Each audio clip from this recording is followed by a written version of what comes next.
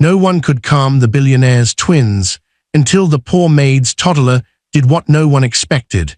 But when the billionaire saw her wearing the necklace he gave his fiancée few years ago, what he did was unimaginable. No one inside the Hale mansion dared to say Amelia West's name anymore, but every corner of that billion-dollar home still remembered her. Her portrait remained locked behind a private gallery door, her favorite piano sat untouched beside the grand staircase, and her empty bedroom was cleaned every morning by servants who were ordered never to ask why billionaire Everett Hale still kept a wedding dress hanging in the closet. But on the night of his company's charity gala, the secret he had buried for years began to breathe again. His 5-year-old twins, Noah and Nora, suddenly began screaming in the middle of the crystal ballroom. The music stopped. The champagne glasses trembled. The guests turned. 3 nannies rushed forward, but the twins pushed them away. A pediatric specialist whispered calming exercises, but Noah kicked over a chair. Everett's mother tried to hold Nora, but the little girl sobbed harder and cried, "She's here, she's here." Everett froze. He was a billionaire who could buy silence, security, doctors, mansions, and loyalty, but he could not calm the 2 children who had not slept peacefully since the woman he loved disappeared a few years ago. Then the poor maid, Clara Bennett, stepped out from the servants' hallway with panic on her face, and her toddler daughter Rosie holding the edge of her faded uniform. Clara had only come to collect a dropped tray, but Rosie slipped from her hand before anyone could stop her. The toddler walked straight through the shocked guests, past the expensive gowns, past the polished shoes, past the billionaire himself, and stopped in front of the twins. Noah and Nora stared at her. Rosie lifted one tiny finger to her lips. Then she hummed a lullaby. Everett's face lost all color. It was Amelia's lullaby. The same soft tune his fiancée used to hum to the twins when they were newborns. The same tune he had forbidden anyone to play after the night Amelia vanished.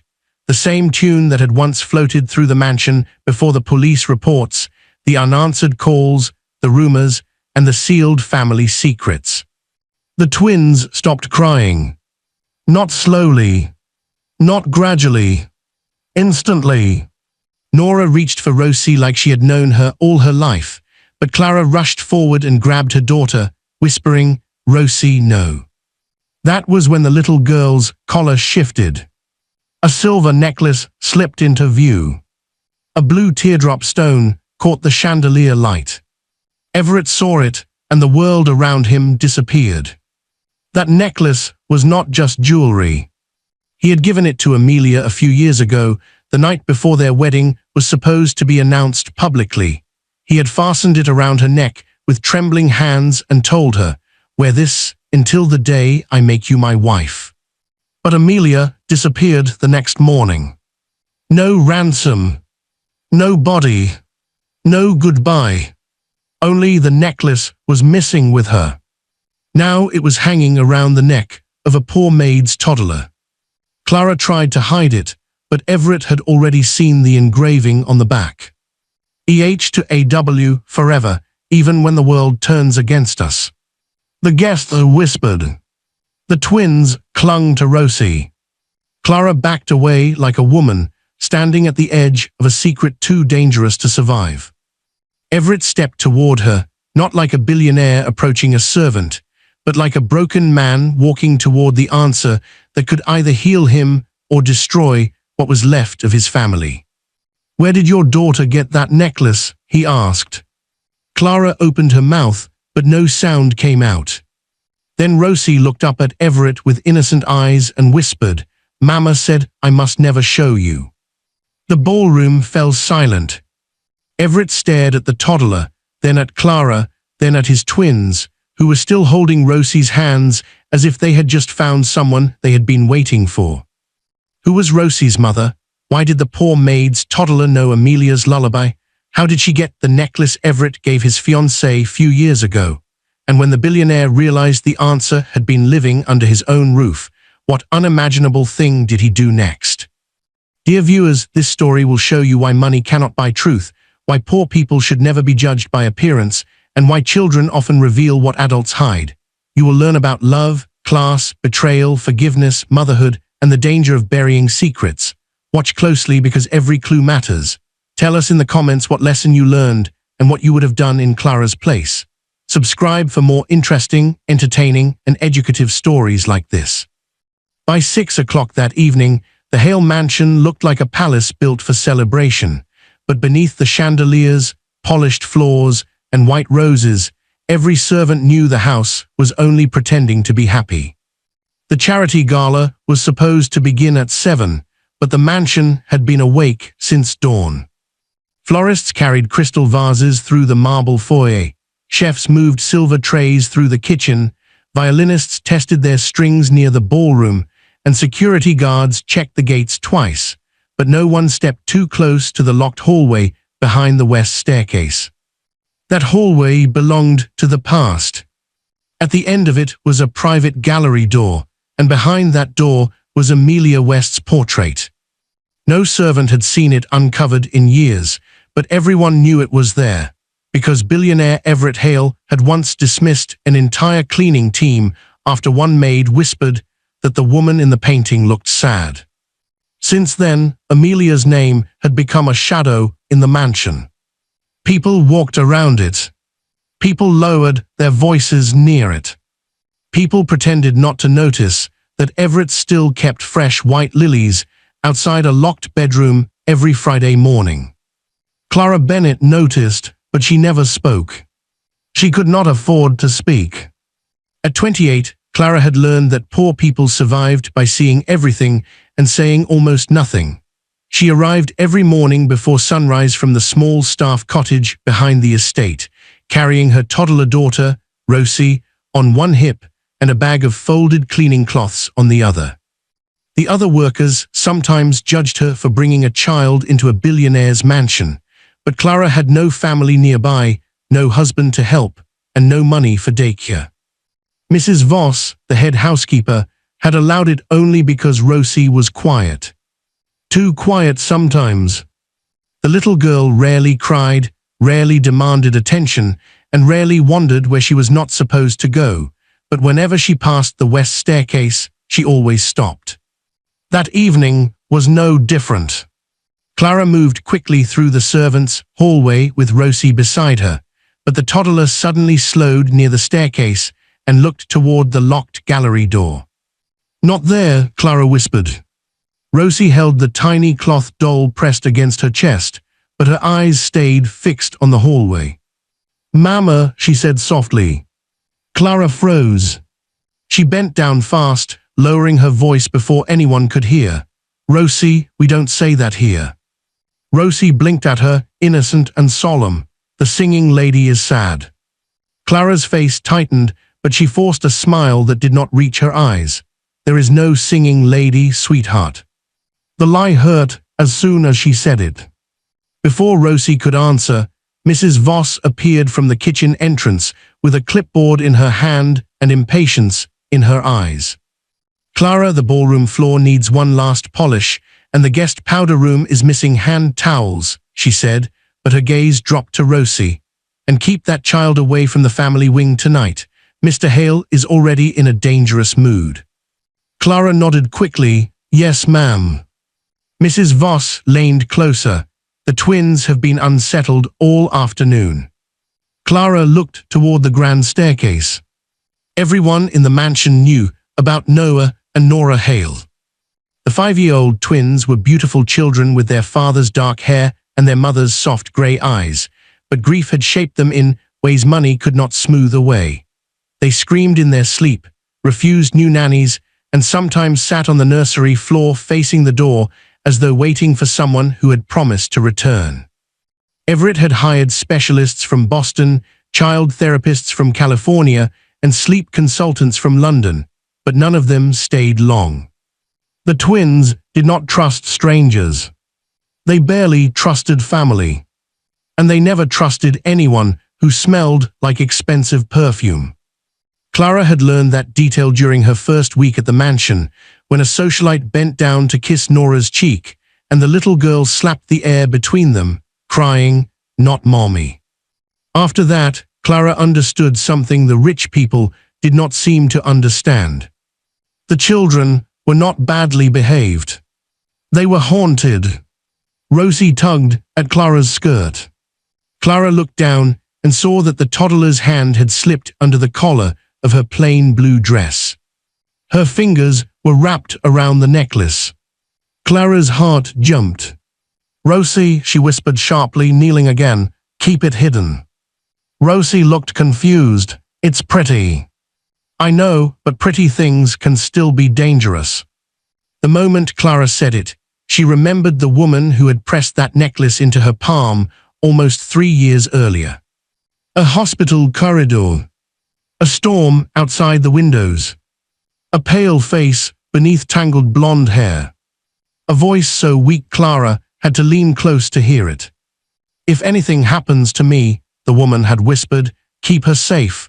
Don't let Everett see the necklace until you know who betrayed me."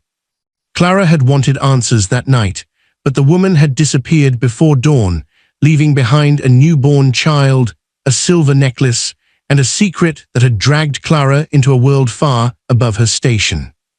Now that secret was standing in a billionaire's mansion, wearing Mary Jane shoes with scuffed toes, and asking why the singing lady was sad. Clara tucked the necklace back under Rosie's collar. "No one can see this tonight," she said. Rosie nodded, but her small hand stayed near her chest. From upstairs, a door slammed. The sound rolled through the mansion like thunder. Everyone in the foyer stiffened. Everett Hale appeared at the top of the grand staircase in a black tuxedo, his face calm enough for guests and cold enough for enemies. He was handsome in the way powerful men often were, but there was nothing soft about him except the way his eyes changed when he looked toward the nursery hall. His mother, Vivian Hale, followed behind him in a silver gown, but her elegance could not hide the irritation in her voice. "You cannot cancel another gala because the children are emotional," Vivian said. Everett stopped halfway down the stairs. "They are not emotional, they are terrified." Vivian lowered her voice, but Clara still heard her. "They need discipline, not another specialist." Everett turned slowly. "They need their mother." The foyer went silent. Even the florists stopped moving. Vivian's expression hardened, but Everett looked away first, as if saying Amelia's name without saying it had opened a wound he was tired of bleeding from. At that exact moment, Noah and Nora appeared at the upstairs railing in matching cream outfits chosen for the gala. Nora clutched a stuffed rabbit. Noah held her hand. They looked down at the glittering ballroom below, but their faces were pale. "Daddy," Nora whispered. Everett's expression softened immediately. "I'm here." Noah pointed toward the west hallway. Clara's stomach tightened. "She's singing again," Noah said. Vivian closed her eyes with frustration. "Not tonight." Everett climbed back up 2 steps. "Who is singing?" Nora's lip trembled. "The lady behind the door." A few workers exchanged nervous glances, but nobody spoke. Clara pulled Rosie closer. Rosie, however, was staring at the twins with a strange familiarity, as though she had heard them before in a dream. Then she began humming under her breath. It was barely a sound. Zovd.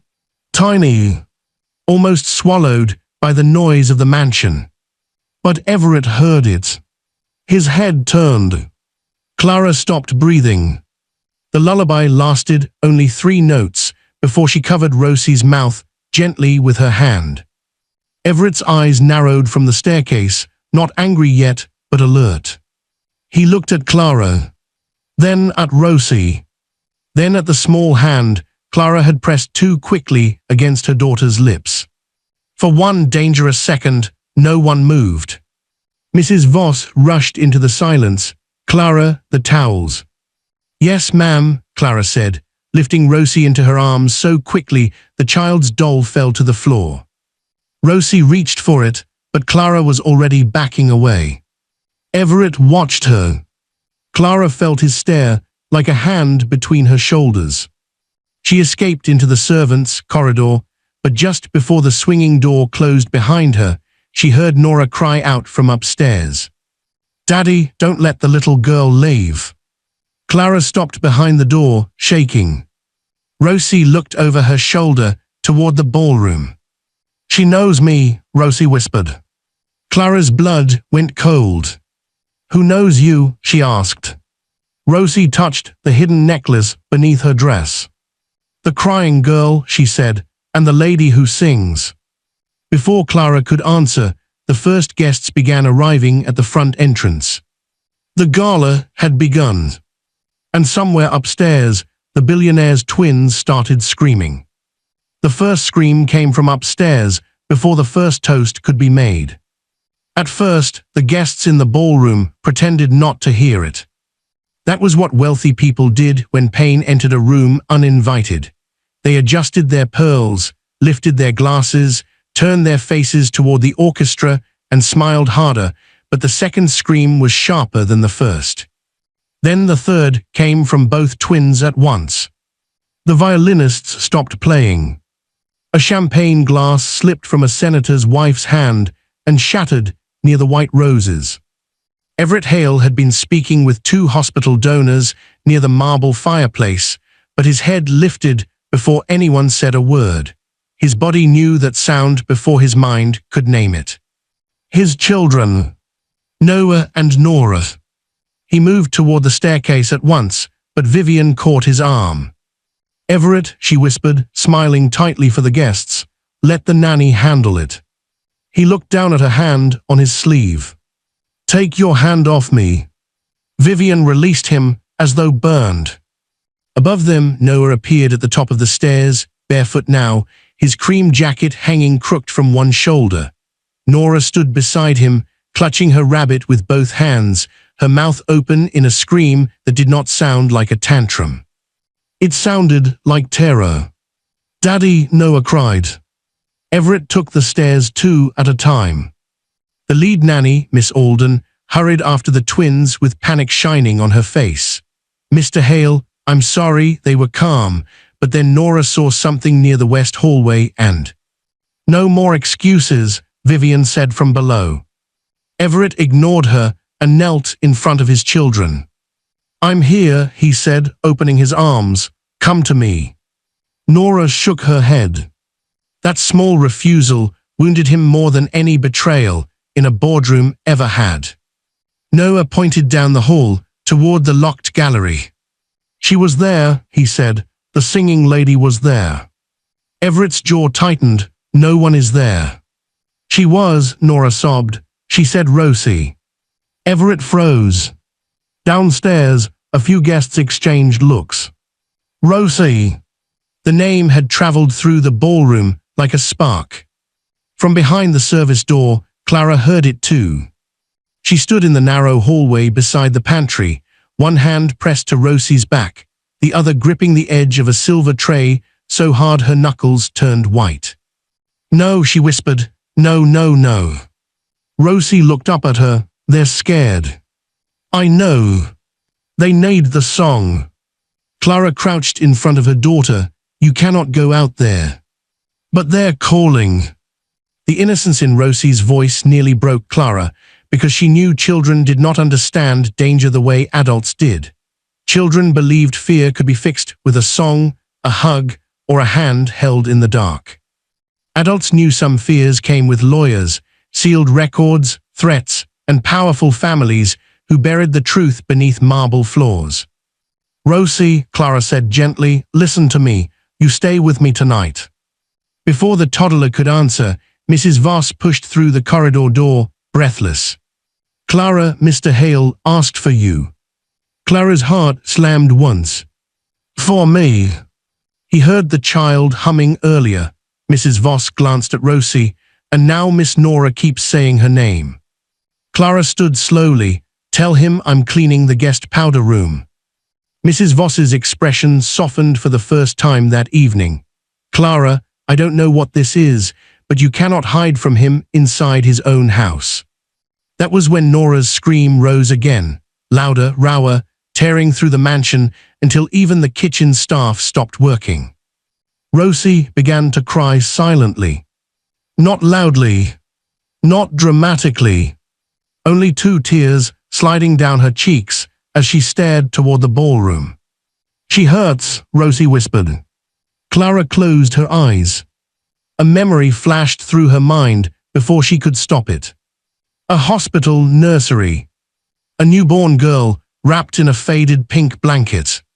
A trembling woman reaching through the bedrall, touching the baby's cheek and whispering, "She will know the song. Barbies remember what love sounds like." Clara had not understood then. Now she feared she understood too much. In the ballroom, Everett carried Nora halfway down the staircase, but the little girl fought against him, not with anger, but with desperation. "No, Daddy, no, she's leaving." "No one is leaving," Everett said, though his voice had lost its certainty. Noah clung to the railing. "Rosie knows Mommy." A silence fell so completely that even the air seemed to step back. Everett looked at his son. "What did you say?" Noah's chin trembled. "She knows Mommy's song." Vivian moved forward at once. "That is enough. These children have been encouraged in their fantasies for too long." Everett turned on her. "Do not speak." The command landed like a door slamming shut. For years, Vivian Hale had ruled the mansion's social life, its staff, its appearances, and its public grief, but in that moment, even she stepped back. Everett looked toward the servants' entrance. "Bring the maid and her child." No one moved. Then the service door opened. Clara stepped into the ballroom, carrying Rosie in her arms. Every eye turned to them. The contrast was almost cruel. Clara wore a plain black maid's dress with a white apron still damp from work. Her hair was pinned carelessly because she had not expected anyone important to look at her. Rosie wore a simple blue dress, one Clara had mended twice at the hem. Around them glittered diamond necklaces, satin gowns, tailored tuxedos, and people who had never wondered whether they could afford a winter coat. Clara felt every difference between their world and hers. But Rosie only saw the twins. Nora stopped screaming. Noah stopped shaking. Everett saw it happen. His daughter stared at Rosie as if a door had opened inside her memory. "Put me down," Nora whispered. Everett obeyed slowly. Nora walked down the remaining steps, her rabbit dragging behind her. Noah followed, his eyes locked on Rosie. Clara held Rosie tighter. "I'm sorry, Mr. Hale," she said quickly. "She didn't mean to disturb anything. I'll take her back." "No," Nora cried. Rosie wriggled gently in Clara's arms. "Mama, please." The word struck Everett strangely. Mama. Not Mommy. Not Clara. Mama. Clara swallowed hard. Rosie. But Rosie reached for the floor. For a moment, Clara held on. Then she saw Noah's face. A little boy trying to be brave, but failing. She let Rosie down. The toddler crossed the ballroom in slow, tiny steps. No one laughed. No one whispered. Even the guests who had come for charity and gossip watched like they were seeing something sacred and dangerous at the same time. Rosie stopped in front of Nora. Nora stared at her, eyes wet. "Do you know the song?" Rosie nodded. "Did she teach you?" Noah asked. Clara's breath caught. Rosie tilted her head, the lady with the soft hands. Everett went still. Vivian's face sharpened. "What lady?" Everett asked. Rosie looked up at him, but before she could answer, Clara stepped forward. "She's a child, sir. Children imagine things." Everett's eyes did not leave Rosie. "Let her answer." The toddler looked back at the twins, then lifted one finger to her lips. And she hummed. The tune was soft at first, almost too small for the ballroom. 3 notes. Then 4. Then the melody Everett had spent years trying to forget filled the silence. Amelia's lullaby. Everett felt the past open beneath his feet. He saw Amelia in the nursery, barefoot on the rug, holding both newborn twins against her chest while moonlight touched her hair. He heard her laugh when he asked where the melody came from. He remembered her answer. "My mother sang it when I was afraid. One day, if I'm not there, they'll still know I loved them." Back then, he had pulled her close and told her not to talk like that. The next morning, she was gone.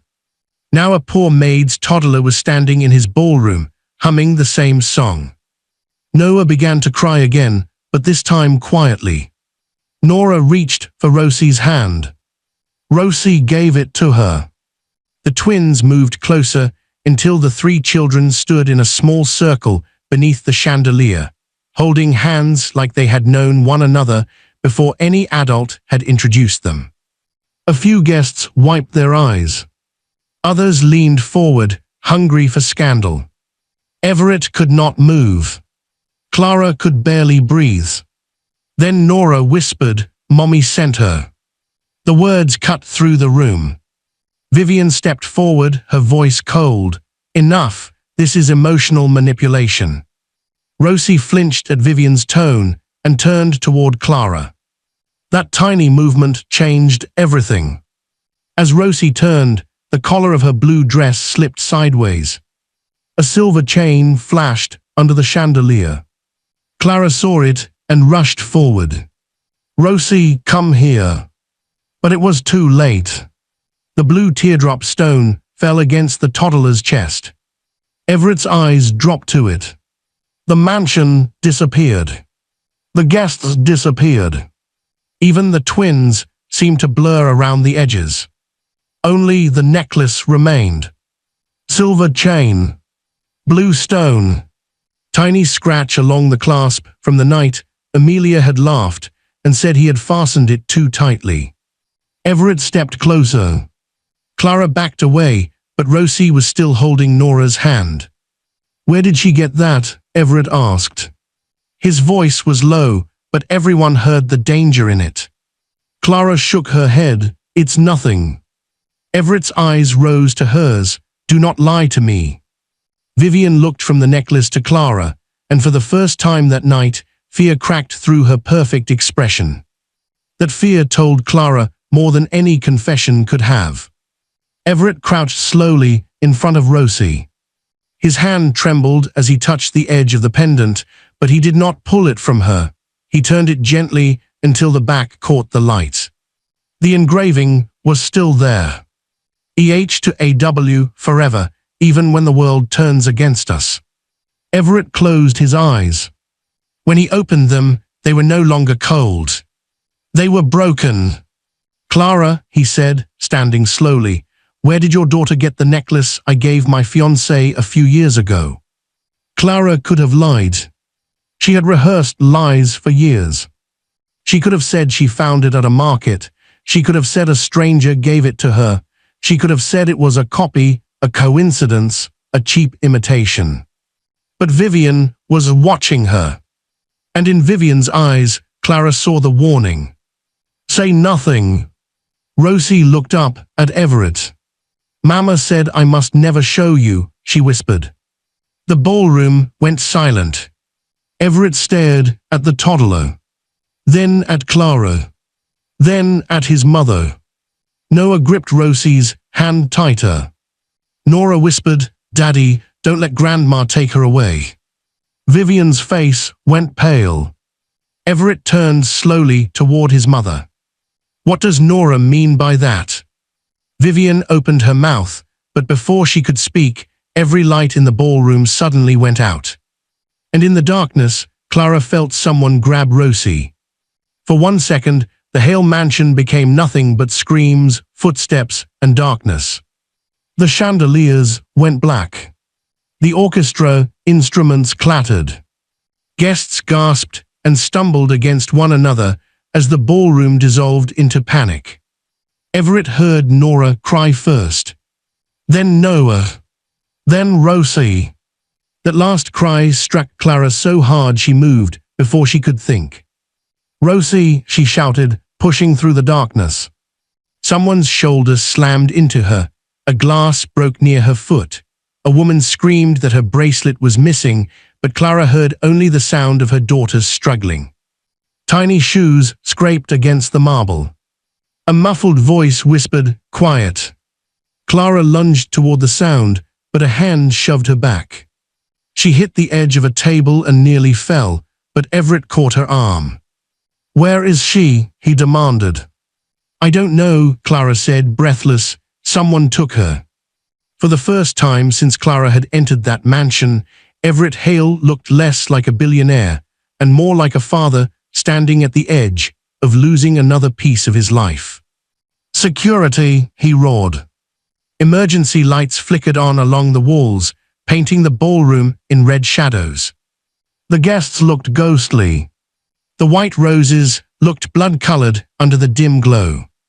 Everett's security team rushed toward the exits, but the mansion had too many doors, too many service corridors, too many hidden passages built for rich families who wanted privacy and servants who needed to stay invisible. That invisibility had once helped Clara survive. Tonight, it could help someone steal her child. Noah stood frozen near the staircase, holding Nora's hand. Both children were crying, but neither moved away from the spot where Rosie had been. Nora pointed toward the west hallway. "She went there," she whispered. Everett turned. "Who?" Nora shook her head. "The woman with the black gloves." Vivian Hale stepped forward quickly. "She is confused. The lights went out, people panicked, and—" "No," Noah interrupted, his voice small but firm. "Grandma saw her too." The words sliced through the room. Vivian's lips parted, but no sound came out. Everett looked at his mother, then at Clara, then toward the west hallway where Amelia's locked portrait waited behind a door no one was allowed to open. "Lock down the estate," he said. "No one leaves." Security moved instantly. Guests began protesting, but Everett ignored them.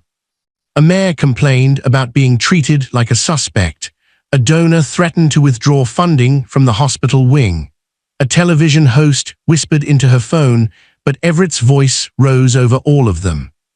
"A child was taken in my house," he said. "Anyone more concerned about their reputation than her safety can explain that to the police." The room fell silent. Clara's chest rose and fell too fast. "Mr. Hale, the servants' corridor behind the west hallway connects to the laundry room and the old garden exit." Everett's eyes snapped to her. "Show me." Vivian stepped in front of them. "Everett, think carefully. You cannot go chasing shadows through this house in front of everyone." He leaned close to her. "Move." Vivian moved. Clara ran first. Everett followed. Behind them, Noah and Nora tried to follow too, but Miss Alden held them back. "No," Nora cried. "Rosie needs the song." Everett paused for half a second, pain crossing his face, but Clara did not stop. She knew the service corridors better than any security guard. She knew which door stuck in winter, which staircase groaned on the third step, and which hallway camera had been broken for 2 weeks because Vivian said repairs could wait until after the gala. The west hallway was colder than the ballroom. The air smelled faintly of lilies and locked rooms. Clara reached the gallery door and stopped. It was open. That should have been impossible. The portrait room had been locked since before Clara was hired, and Mrs. Voss kept the key in a cabinet that required Vivian's approval. Everett stared at the open door as if it had become a mouth ready to speak. Inside, a single emergency light glowed above the portrait.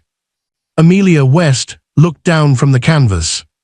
She was young, beautiful, and still in a way that made the room feel unfinished. Her grey eyes seemed alive under the dim red light, and around the painted neck was the same blue teardrop necklace Rosie had worn minutes earlier. Clara could not look away. Everett walked into the room slowly. For a moment, the missing fiancé was no longer a mystery in a painting. She was a memory standing between them. She hated this portrait, Everett said quietly. Clara turned toward him. His voice had changed. It no longer sounded like a command. It sounded like confession. She said the artist painted her like a woman trapped in someone else's house. Clara swallowed. That one sentence shook loose something she had tried not to remember. A hospital room. A trembling hand. A woman whispering, "People think he owns everything, but not me, not my children, not my truth." Clara's eyes filled, but she blinked fast. This was not the time. A faint sound came from behind the portrait wall. A tiny cough. Clara rushed forward. "Rosie." Everett stepped beside the portrait and pressed against the wood paneling. Nothing happened. Clara looked down and saw scratches near the floor. Fresh scratches. Someone had dragged the panel open. She dropped to her knees, feeling along the edge until her fingers found a narrow brass latch hidden beneath the molding. The wall clicked. Everett pulled it open. A dark passage appeared behind Amelia's portrait. Cold air breathed out. Clara's heart pounded. "Rosie," she called. A small voice answered from inside the passage. "Mama." Clara nearly collapsed from relief, but Everett held out an arm. "Wait." He reached into his jacket and pulled out his phone, using the light to scan the passage. It was narrow, dusty, and old, with brick walls and a low ceiling. Servants must have used it generations ago, back when wealthy families built houses with secret roots and then pretended the people who used them did not exist. Rosie sat on the floor about 20 feet inside, her cheeks wet, her dress wrinkled, and her necklace still shining against her chest. No one was holding her now. Clara rushed in and gathered her daughter into her arms. Rosie clung to her neck. "The lady told me to hide." Clara pulled back. "What lady?" Rosie pointed deeper into the passage. "Not the bad one, the soft one." Everett stepped closer. "Rosie, who took you?" The toddler looked toward the dark end of the passage and whispered, "The black glove lady." Clara's stomach twisted. Everett stood and shone his phone light down the passage. There were footprints in the dust. One set small, from Rosie. One set larger. A woman's shoes. The prints led away from the portrait room and toward the old garden exit. Everett's face hardened. Security missed her. Clara held Rosie tighter. Someone knew the passage. Everett looked at her, and someone knew the lights would go out. A noise sounded behind them. Vivian stood at the entrance to the hidden passage. Her face was pale, but her voice was composed. "Thank God the child is safe." Clara felt Rosie shrink against her. Everett noticed. He turned slowly. "How did you know we were here?" Vivian lifted her chin. "A security guard told me." "No guard came this way." Vivian's eyes flickered. It was brief. Almost nothing. But Everett saw it. Clara saw it too. Vivian stepped into the portrait room. "Everett, you are overwhelmed. This entire situation is turning into a spectacle. A maid's child appears wearing Amelia's necklace. The twins become hysterical. The lights fail, and now you are accusing your own mother. I asked how you knew we were here." Vivian looked at Clara. "Perhaps your maid should explain why her child has been wearing stolen jewelry." Clara stood, Rosie in her arms. "I did not steal it." "Then where did it come from?" Clara's mouth went dry. This was the question she had feared for years. Everett looked at her with a terrible stillness. "Answer her." Clara looked at Rosie. The toddler's face was hidden against her shoulder, one hand clutching the necklace. Clara had promised to protect her. She had built their lives around that promise. She had endured insult, exhaustion, poverty, and fear because of that promise. But now the secret was no longer protecting Rosie. It was attracting danger. Clara took a shaking breath. A woman gave it to me. Everett's eyes sharpened. What woman? Clara glanced at Amelia's portrait. Vivian's face changed. The fear returned. Clara saw it and understood something with chilling clarity. Vivian had not been surprised by the necklace. She had been afraid of it. A woman at St. Bartholomew's Hospital, Clara said, 3 years ago. Everett went still, 3 years ago. Clara nodded. Rosie had just been born. I was working nights there as a cleaner before I came to this estate. Everett's voice lowered. What was the woman's name? Clara looked at the portrait again. Amelia, she whispered. The word filled the room like a ghost finally given permission to breathe. Everett staggered back 1 step. Vivian grabbed the edge of a chair. Clara continued before fear could silence her. She was weak, terrified. She had no identification under her real name, but I recognized her later from the portrait when I came here. That night, she gave me the necklace and begged me to keep the baby safe. Everett's face drained of color. What baby? Clara's arms tightened around Rosie. No one spoke. The hidden passage seemed to hold its breath. Everett looked from Clara to Rosie, and the question formed in his eyes before his mouth could speak it. Clara shook her head quickly. I don't know everything, I swear I don't. Amelia disappeared before dawn. When I returned to the room, she was gone, but Rosie was still there. Everett's voice broke slightly. You are telling me Amelia was alive after she vanished? Yes. And you never told me. Clara's eyes filled. I was poor, I was nobody. She told me not to trust anyone connected to your family until I knew who betrayed her. I didn't know if that meant you. The words wounded him. Clara saw it. But she also saw that he did not deny the possibility fast enough, because even Everett Hale knew wealth surrounded itself with people who smiled while hiding knives. Vivian stepped forward. This is absurd. A hospital cleaner invents a story after being caught with stolen property, and you are listening because you are desperate. Rosie lifted her head. Her little eyes fixed on Vivian. You were there, she said. The room went silent. Vivian stared at the child. Clara's heart stopped. Everett knelt slowly. Rosie, what do you mean? Rosie looked confused by the weight of every adult stare. In the dream, the crying lady said the silver grandma closed the door. Vivian's hand trembled. Clara did not miss it. Everett did not miss it either. Silver grandma, he repeated. Noah and Nora suddenly appeared at the gallery entrance, having slipped away from Miss Alden. Nora clutched her rabbit. But her eyes were fixed on Vivian. That's what we call grandma when she wears the silver dress, Nora whispered. Vivian turned sharply. Who allowed them here? Noah stepped closer to Everett. The black-gloved lady smelled like grandma's flowers. Everett stood. The last softness left his face. Mother, he said, what did you do? Vivian's elegant mask cracked. For a second, she looked older, smaller, and angrier than Clara had ever seen her. Then she smiled. It was the kind of smile that did not belong in a room with frightened children.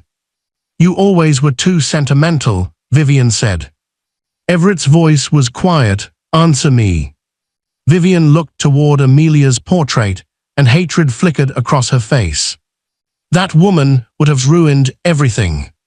Before Everett could move, a security guard rushed into the doorway. Mr. Hale, he said, breathless, we found the garden exit open. Everett did not take his eyes off Vivian. Did you find the woman with black gloves? The guard hesitated.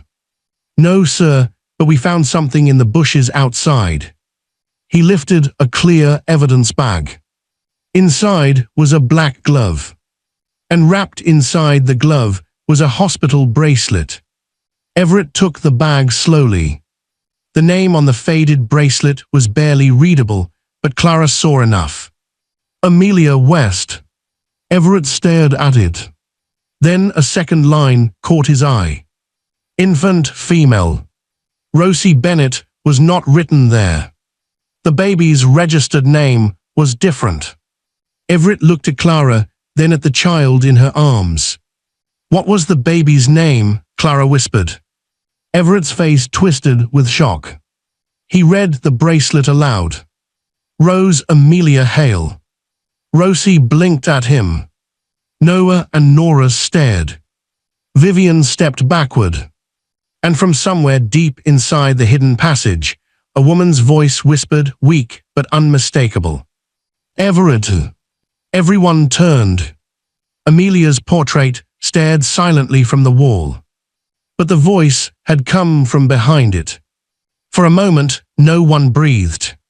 The voice was weak, almost swallowed by the walls, but Everett knew it the way a wounded man knew the sound of his own heartbeat. Everett. The name trembled through the hidden passage again. Clara tightened her arms around Rosie, but Rosie lifted her head as if she had heard that voice in dreams long before she had words.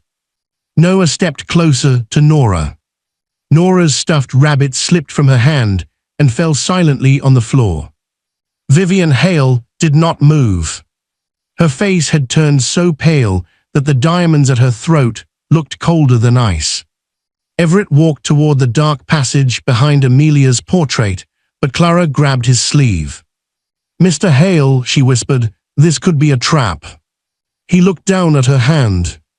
Years of class, money, power, and fear stood between them, but in that second, Clara was not a maid and he was not a billionaire. They were two people standing at the edge of a truth that could either save a family or destroy it. If she is alive, Everett said quietly, I have already lost too many years. He pulled free gently and stepped into the passage. The security guard raised his flashlight, but Everett took it from him and moved ahead alone. The narrow corridor stretched deeper than Clara expected. Dust covered the floor, yet one trail had been recently disturbed, as though someone had dragged something through it many times. Or someone. The thought made Clara's stomach tighten. Everett followed the sound, each step slower than the last. Amelia, he called. No answer came at first. Then a faint cough echoed from behind a second wall panel near the end of the passage. Everett pressed his hand against the bricks, searching. Clara shifted Rosie to one hip and stepped forward. Look near the floor. These old servant passages usually have release latches low enough to open while carrying trays. Everett looked back at her, surprised, but he listened. His fingers found a small iron ring hidden behind a loose stone. He pulled. A section of the wall opened inward with a heavy groan. Cold air spilled out. Behind it was a small room. Not a bedroom. Not a prison, exactly. Something worse. A forgotten storage chamber had been turned into a place where a person could be kept alive, hidden and unheard. There was a narrow cot, a metal water pitcher, a stack of old blankets, and a tiny high window covered from the outside by thick ivy. On the cot sat a woman. Her blonde hair had been cut unevenly. Her face was thinner than in the portrait, and her eyes carried years of darkness, but Clara recognized her instantly. Amelia West. Everett dropped the flashlight. It rolled across the floor, throwing wild shadows on the walls. Amelia blinked against the light. Then she saw him. For a second, she looked terrified, as if love itself had become dangerous. Then her lips trembled. You found the necklace, she whispered. Everett crossed the room and fell to his knees in front of her. He did not touch her at first. He seemed afraid that if he reached out too quickly, she would disappear the way she had disappeared from every room, every call, every search, and every nightmare he had carried for years. Amelia, he said, but her name broke in his mouth.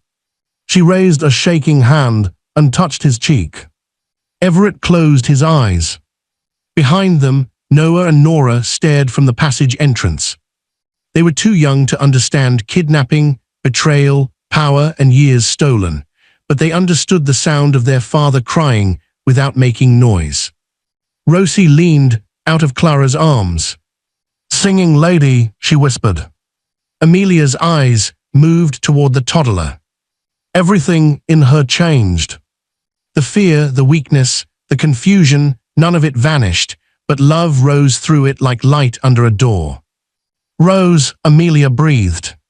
Clara's knees nearly gave way. Rosie looked at Amelia, then at Clara. "Mammoth." The word broke Clara in a place she had tried to keep sealed.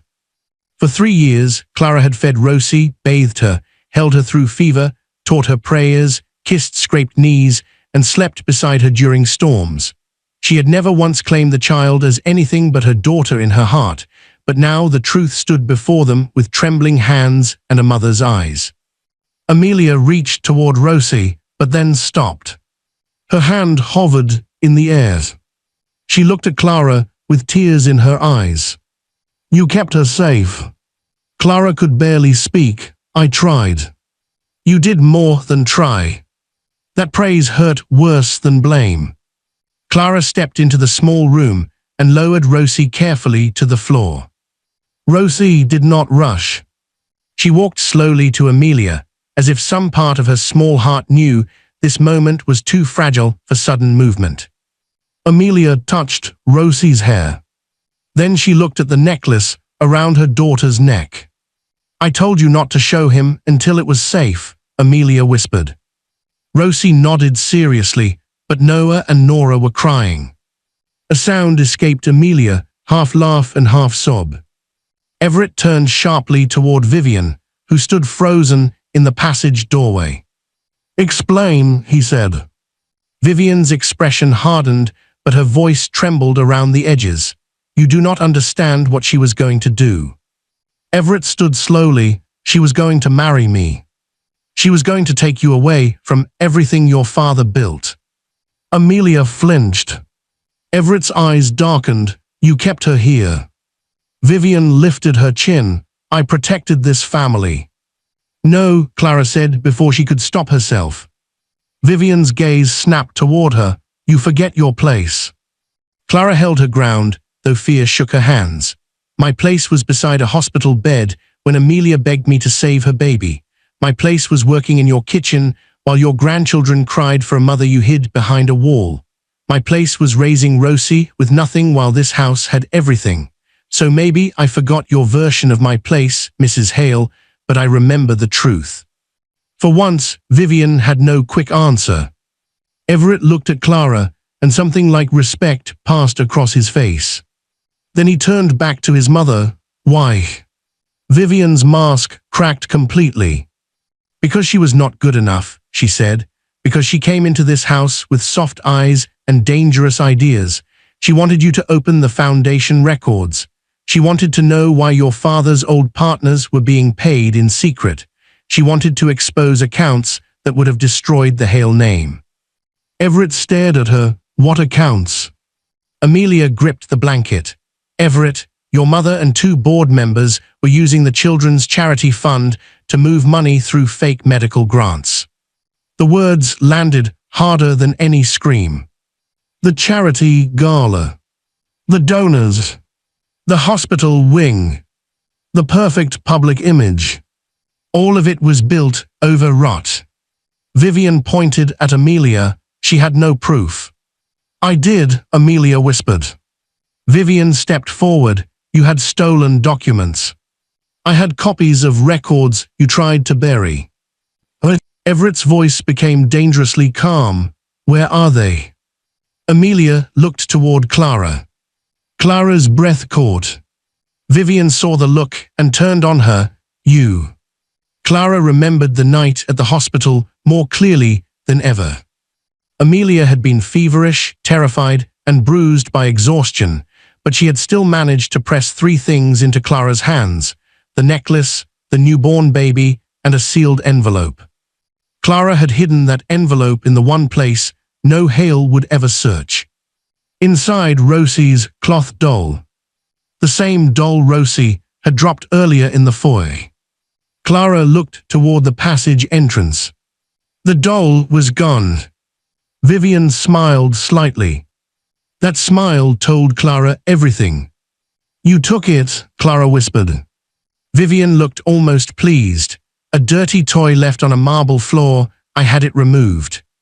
Everett grabbed his phone. "Find the doll." The security guard nodded quickly and ran back toward the ballroom. Amelia tried to stand, but her legs failed her. Everett caught her before she fell. The twins stepped into the room at last. Nora's voice was tiny, "Mommy."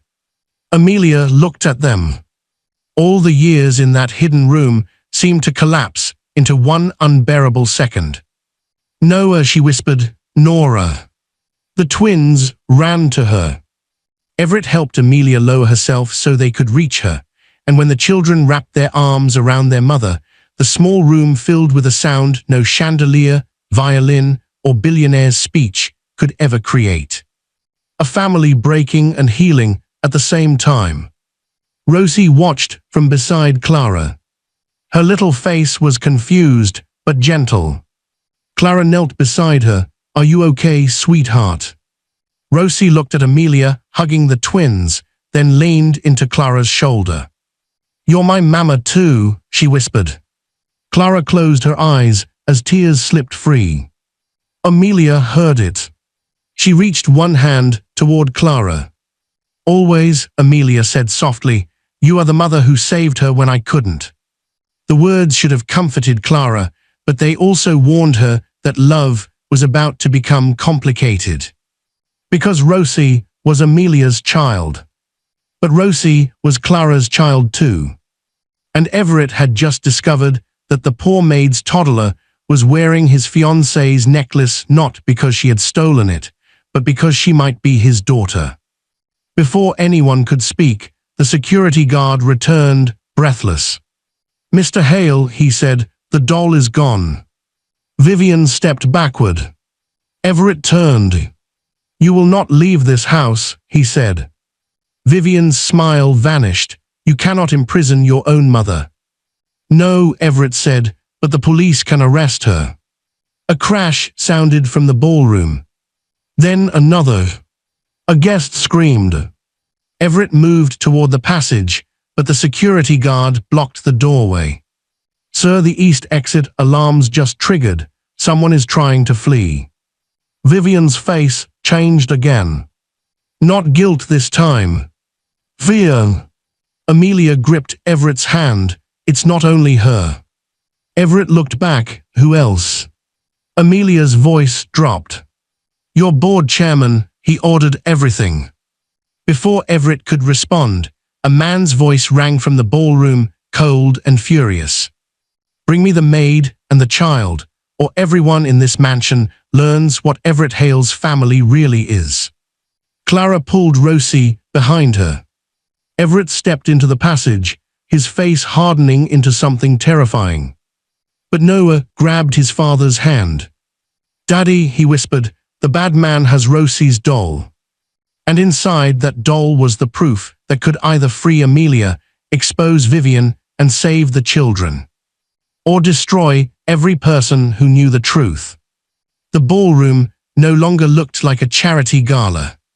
It looked like a stage after the masks had fallen.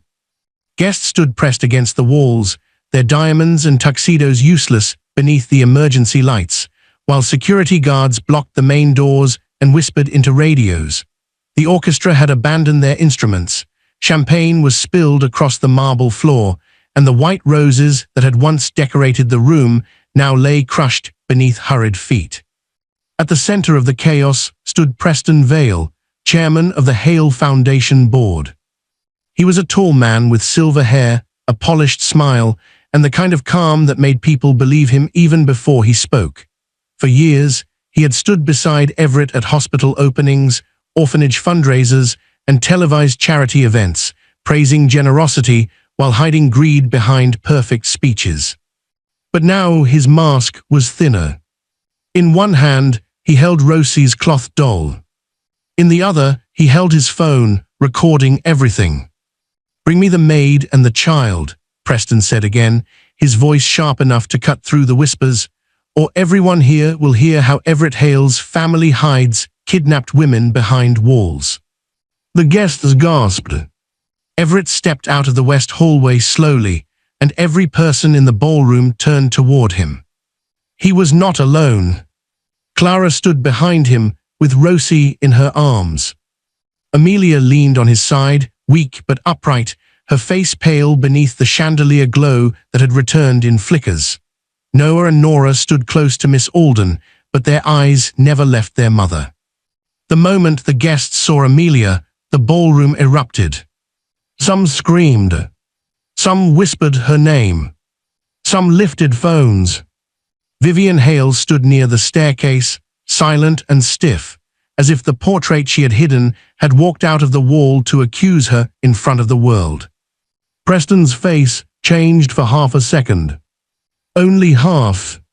But Everett saw the fear. "You kept her alive," Everett said.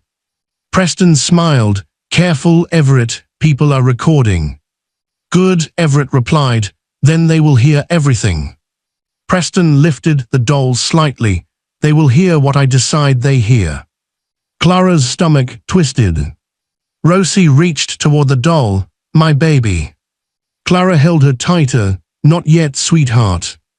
Preston looked at the toddler, then at the necklace around her neck. His eyes narrowed with recognition. "So that is where the necklace went," he said. "Vivian told me it vanished at the hospital." Everett turned toward his mother. Vivian's gaze dropped. That small movement was almost a confession. Amelia's hand tightened around Everett's arm. He was there that night. Everett looked back at Preston. "At the hospital." Preston gave a soft laugh. A woman with no money, no family protection, and a habit of stealing documents should not have been so difficult to silence. The room went still. Clara covered Rosie's ear with one hand. Everett's voice lowered. "Choose your next words carefully." Preston ignored the warning and pointed the phone toward Amelia. "Tell them, Amelia, tell all these guests how you broke into Foundation records. Tell them how you tried to ruin a charity that helped thousands." Amelia lifted her chin, though standing clearly cost her strength. "I tried to stop you from stealing from children." Murmurs spread through the crowd. A hospital donor whispered, "Stealing." Preston turned to the guests with smooth, practiced outrage. "This is what grief does to unstable people. She disappeared years ago, and now she returns with a wild story, a maid, and a child wearing stolen jewelry." Clara stepped forward. "The necklace was not stolen." Preston's smile sharpened. "And you expect anyone to believe a maid?" That sentence landed exactly where he wanted it to land. On class. On status. On the old belief that truth wore expensive clothes. Clara felt the insult, but she did not lower her eyes. "No," she said, "I expect them to believe the woman who survived you." A few guests turned toward Amelia again. Preston's smile thinned. Everett took one step closer. "Give me the doll." Preston held it higher. "This filthy little toy contains documents that were copied illegally. If you touch me, my lawyers will bury you in court for years." Everett's expression did not change. "My lawyers can wait." Preston's eyes flicked toward the east exit. It was quick. Too quick for most people.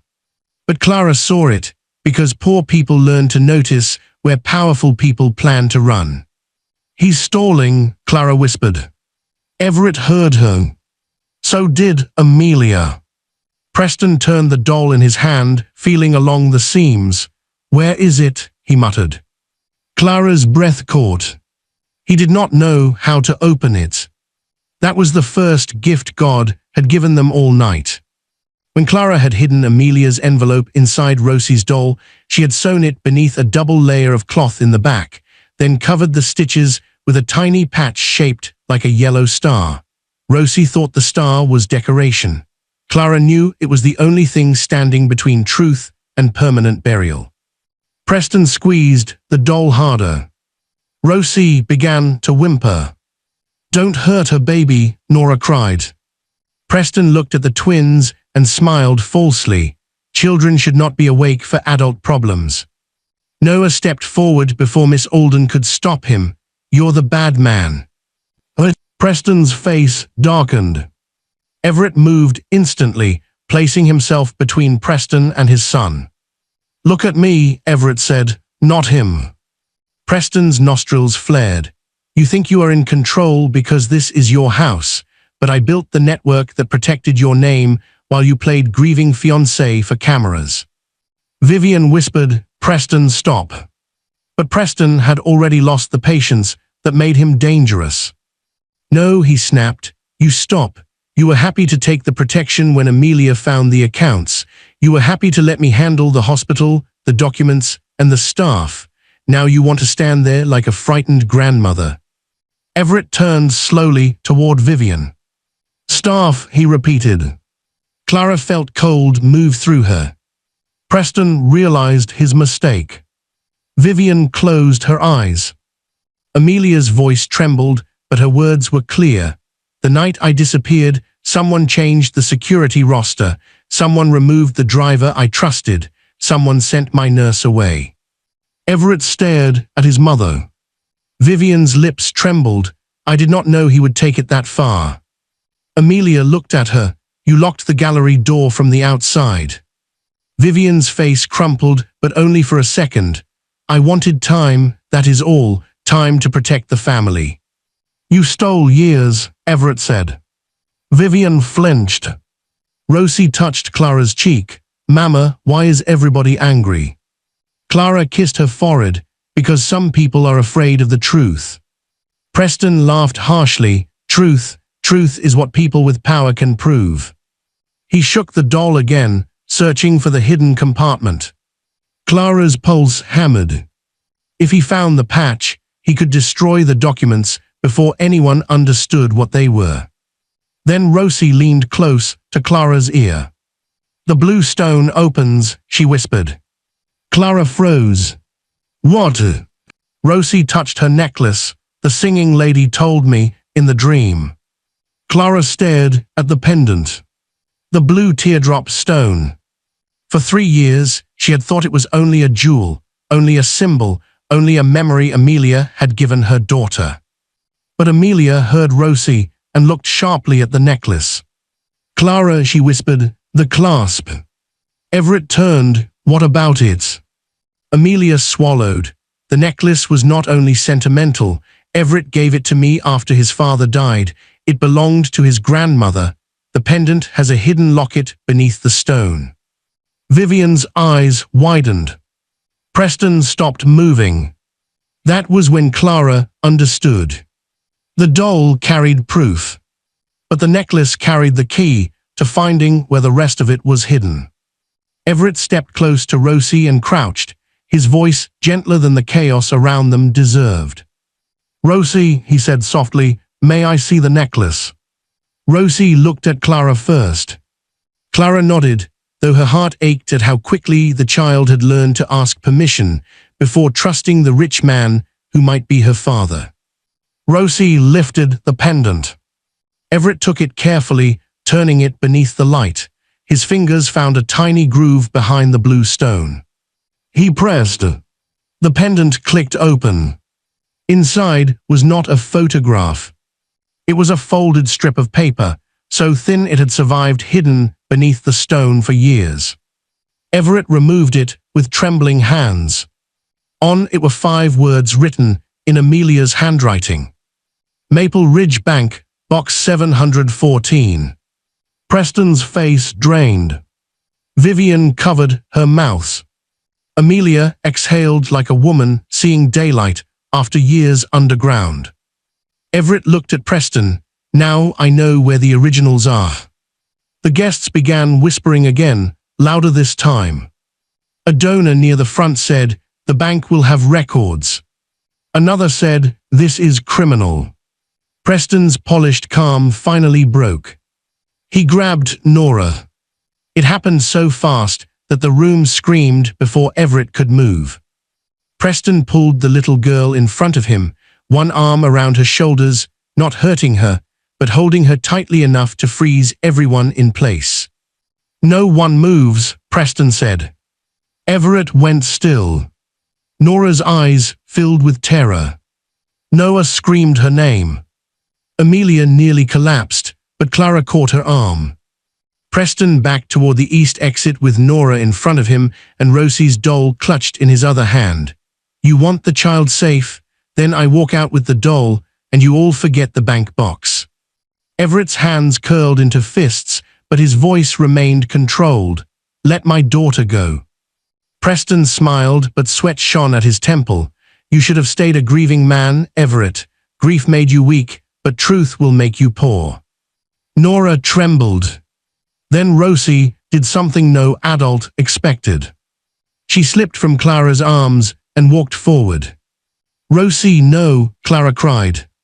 Everett reached for her, but Rosie was already moving across the marble floor, small and steady, her necklace open against her chest. Preston looked down at her, confused. Rosie held out both hands. "You can take my baby," she said softly, looking at the doll, "but give Nora back. She's scared." Nora sobbed. Preston stared at the toddler as if kindness were a language he had never learned. "Stay back," he warned. But Rosie began humming. The lullaby. Zovd. Unshaken. Noah stopped crying. Nora's breathing slowed. Even Amelia closed her eyes, one hand pressed to her mouth. Preston's grip loosened by one careless inch. That inch was all Everett needed. He moved fast, pulling Nora away and turning his body between her and Preston while security rushed forward. Preston tried to run, but Clara stepped sideways and knocked a rolling service cart into his path. He stumbled.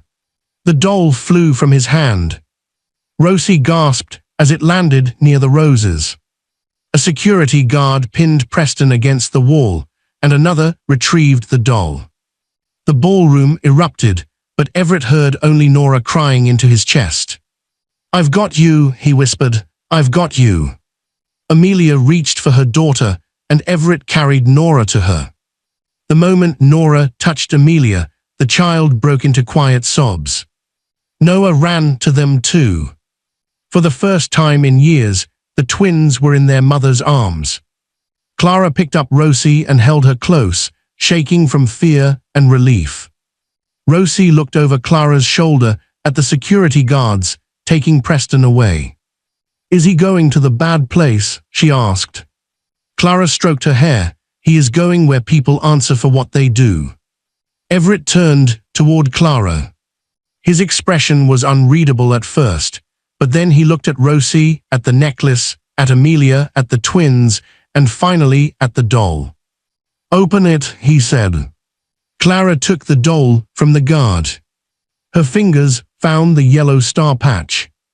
She remembered sewing it at midnight in their tiny cottage, Rosie asleep beside her, the envelope folded carefully beneath the stuffing. She remembered whispering a promise to a woman she thought she might never see again. "Keep her safe. Keep the truth safe." Now both promises were standing in the same room. Clara pulled the stitches loose. Inside the doll was the sealed envelope. The paper was yellowed, but the seal remained intact. Everett did not take it from Clara. Instead, he looked at Amelia. Amelia nodded. Only then did Clara hand it to him. Everett opened the envelope. Inside were copied bank transfers, foundation ledgers, names, dates, and signatures. Preston Vale, Vivian Hale, 2 board members, 3 shell organizations, medical grants that never reached sick children. The evidence was not just enough to accuse. It was enough to destroy an empire of lies. Everett's hands shook as he read. Then he looked at Vivian. His mother stood near the staircase, no longer proud, no longer untouchable, no longer protected by the name she had claimed to defend. "I did it for the family," Vivian whispered. Everett's voice was quiet, but it carried across the ballroom. No, you did it for the name. Amelia was the family. My children are the family. Rosie is the family. Clara protected the family when you betrayed it.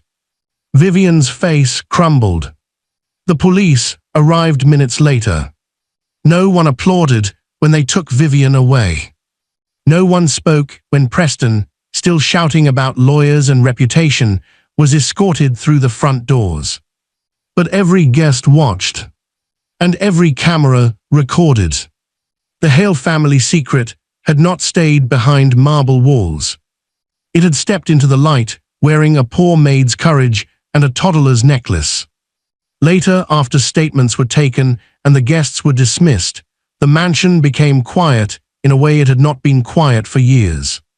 Not empty, not haunted, just tired. Amelia sat on the ballroom steps with Noah on one side and Nora on the other, both children pressed against her as though afraid she might vanish if they let go. Everett stood a few feet away, watching them with eyes full of love and guilt.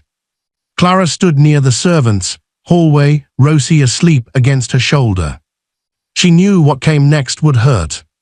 Questions, lawyers, birth certificates, custody, truth. Rosie was Rose Amelia Hale. The name on the hospital bracelet had said so. And if Rosie belonged to Amelia and Everett by blood, then Clara was not her mother in the way the law would recognize.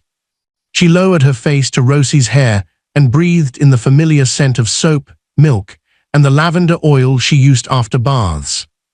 Everett approached slowly. Clara stiffened. He noticed.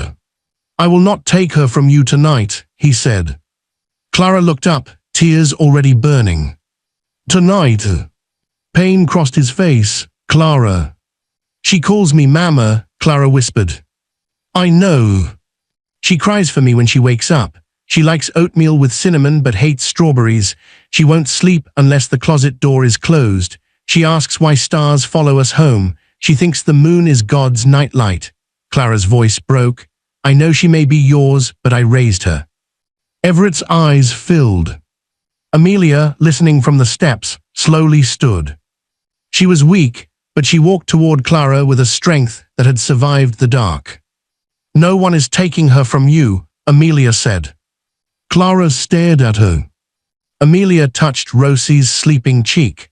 I lost years with my daughter because people treated family like property. I will not heal by doing the same thing to you. Clara's lips trembled. What does that mean? Amelia looked at Everett. Everett nodded, though grief and gratitude fought across his face. It means, Amelia said softly, Rosie has two mothers now if you can bear sharing her. Clara broke. Not loudly. Not dramatically. She simply folded forward around Rosie, and Amelia wrapped her arms around both of them. Everett looked away for a moment, overcome. Noah and Nora came closer. Nora touched Rosie's tiny shoe. Can she stay? Clara looked at Amelia. Amelia looked at Everett. Everett looked at the children who had suffered, because adults loved power more than truth. Yes, he said, she can stay. For the first time all night, Rosie stirred, opened sleepy eyes, and looked at Everett. Are you mad I showed the necklace? She asked. Everett knelt before her. No, he said, his voice thick. You did what no one else could do. Rosie blinked. I helped. Everett smiled through tears. You brought everyone home. Rosie looked at the twins, then at Amelia, then at Clara. Then she touched the blue stone and whispered, the singing lady isn't sad now. Everyone looked toward the west hallway. The gallery door stood open. Amelia's portrait could be seen in the distance, no longer locked away. But beneath it, something caught Clara's eye. A fresh white lily lay on the floor. No one had placed it there. And tucked under the flower was a folded note. Everett walked toward it slowly, picked it up, and read the words written in a hand he recognized from his father's old letters. His face changed. Amelia whispered, "What is it?" Everett looked at her, then at Clara, then at Rosie. "The bank box was not the final secret," he said. Clara's heart began pounding again. On the note were 7 words. "Ask Vivian what happened to my son." The note shook in Everett's hand, but the 7 words on it seemed heavier than the mansion itself. "Ask Vivian what happened to my son." For a long moment, no one spoke. Amelia stood beside the ballroom steps with Noah and Nora clinging to her gown. Clara held Rosie against her chest, and Everett stared at the paper as though his dead father had reached from the grave and placed one final accusation in his palm. The Hale mansion had survived police sirens, hidden rooms, stolen charity money, and a mother's betrayal, but this note carried a different kind of danger. It did not point at money. It pointed at blood. Everett looked toward the front doors where the police had taken Vivian minutes earlier, but then his eyes moved to the west hallway. "Who put this here?" he asked. No one answered. The servants near the kitchen looked down. Security exchanged confused glances. Then Mrs. Voss stepped out from behind the service door. The old housekeeper's clipboard was gone now, and without it, she looked less like the ruler of the servants' wing and more like a woman who had carried a secret too long. "I did, sir," she said. Everett turned slowly. "You?" Mrs. Voss nodded, but her hands trembled. "Your father gave it to me before he died." Everett's voice tightened. "My father died 15 years ago." "Yes," Mrs. Voss said, "and for 15 years I told myself silence was loyalty." Clara watched the housekeeper with new eyes. Mrs. Voss had always seemed strict, cold, and impossible to impress, but now Clara saw the fear behind all that discipline. This was not a woman who enjoyed obeying the powerful. This was a woman who had survived them. Everett unfolded the note again. "What son?" Mrs. Voss looked toward Amelia, then toward the children, and finally at Clara. "The son your mother made disappear before you were old enough to remember him." Amelia covered her mouth. Everett did not move. Noah whispered, "Daddy." Everett blinked, as if remembering the children were there. Amelia knelt carefully despite her weakness and drew the twins close. "Go with Miss Alden for a moment, sweetheart." "No," Nora said immediately. "Every time we leave, bad things happen." The truth of that broke something in Amelia's face. Everett crouched in front of the twins. "No more secrets from you forever, I promise, but this part is grown-up pain. I need you safe while I understand it." Noah looked at Rosie asleep in Clara's arms. "Can Rosie come too?" Clara hesitated, but Amelia nodded gently. The 3 children were led to the sitting room beside the ballroom, where Miss Alden left the door open and stayed within view. Only then did Everett face Mrs. Voss again. "Tell me everything." Mrs. Voss drew a slow breath. "Before your father married Vivian, he loved a woman named Grace Miller. She worked in this house as a tutor for your older cousin, but your grandmother never approved of her. Grace became pregnant, and your father wanted to marry her." Everett's jaw tightened. "I have never heard her name."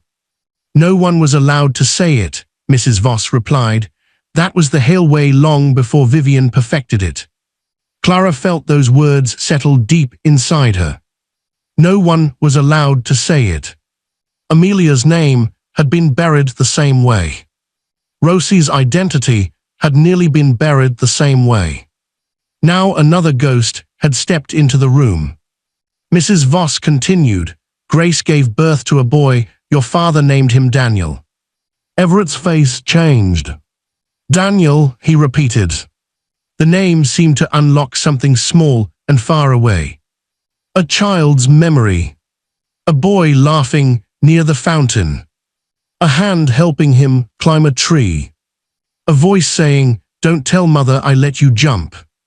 Everett touched the back of a chair as if the room had tilted. "I had dreams about a boy."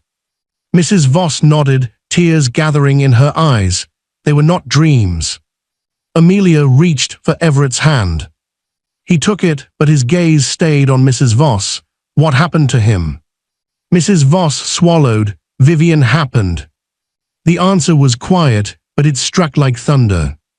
Everett closed his eyes. Mrs. Voss went on. After your father married Vivian, she discovered Daniel still existed. He was 6. You were almost 3. Your father visited him in secret and planned to bring him officially into the family after your grandfather died.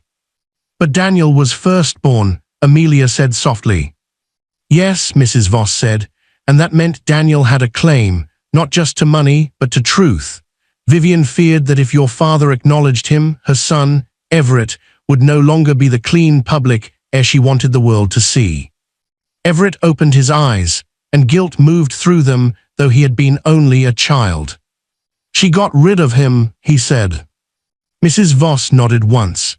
She sent Grace away with money and threats, but Daniel was not sent with her. Vivian claimed he was ill and had him placed in a private residential school under another name. Your father found out too late. Amelia's voice trembled. Did he try to bring him back? He tried for years, Mrs. Voss said, but every record had been changed. Every payment had been hidden through lawyers. Vivian told him Daniel had died during an outbreak at the school. Everett turned away sharply, breathing hard. The mansion seemed to press around him. All his life he had believed his mother was proud, controlling, and cold, but now he saw something worse. Vivian had not only hidden Amelia, she had practiced on Daniel first. She had learned how to erase people. And the Hale name had rewarded her silence. Everett looked back at Mrs. Voss. Why did my father give you the note? He suspected Daniel was alive near the end, she said. He was sick, but he was searching again. He told me if anything happened to him before he found proof, I should give you the note when you were strong enough to stand against Vivian. Everett's laugh was bitter and broken. You waited 15 years. Mrs. Voss flinched. Clara expected her to defend herself, but the housekeeper did not. Yes, she said, I was afraid. I had children of my own, a mortgage, a sick husband. Vivian knew everything about everyone who worked here. She knew how to ruin people without touching them. Clara understood that fear too well. Poor people were often judged for silence by people who had never been punished for speaking. But tonight, Mrs. Voss continued, when I saw Clara stand in front of Vivian, when I saw Amelia walk out alive, and when I saw that little girl wearing the necklace, I knew the house was finally telling the truth, whether I helped or not.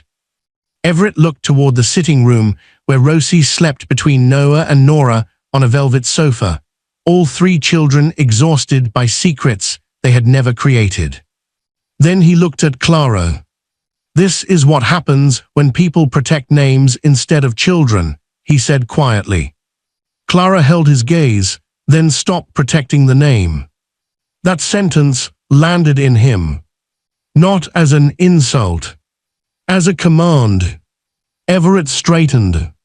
For years, the Hale name had been a crown, a shield, and a prison. It had made him rich, respected, and feared, but it had also hidden his fiancée behind a wall, stolen his daughter into poverty, robbed his twins of their mother, and buried an innocent boy until even his own brother remembered him only as a dream. Everett took out his phone and called his chief legal officer. When the woman answered, he did not greet her.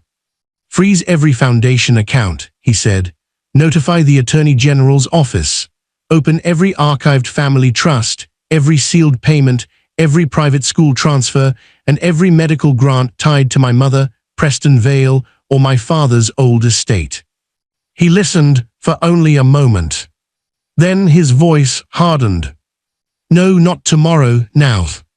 Amelia watched him with tears in her eyes. Everett ended the call and turned to Mrs. Voss. Do you know where Daniel is? Mrs. Voss wiped her cheek. No, sir, but I know the name they gave him. Everett stepped closer. Mrs. Voss whispered, Daniel Miller became Daniel Cross. Clara went still. The name struck her like a bell. Daniel Cross. She knew that name. Not well, but enough. Everett saw her face change. What is it? Clara hesitated.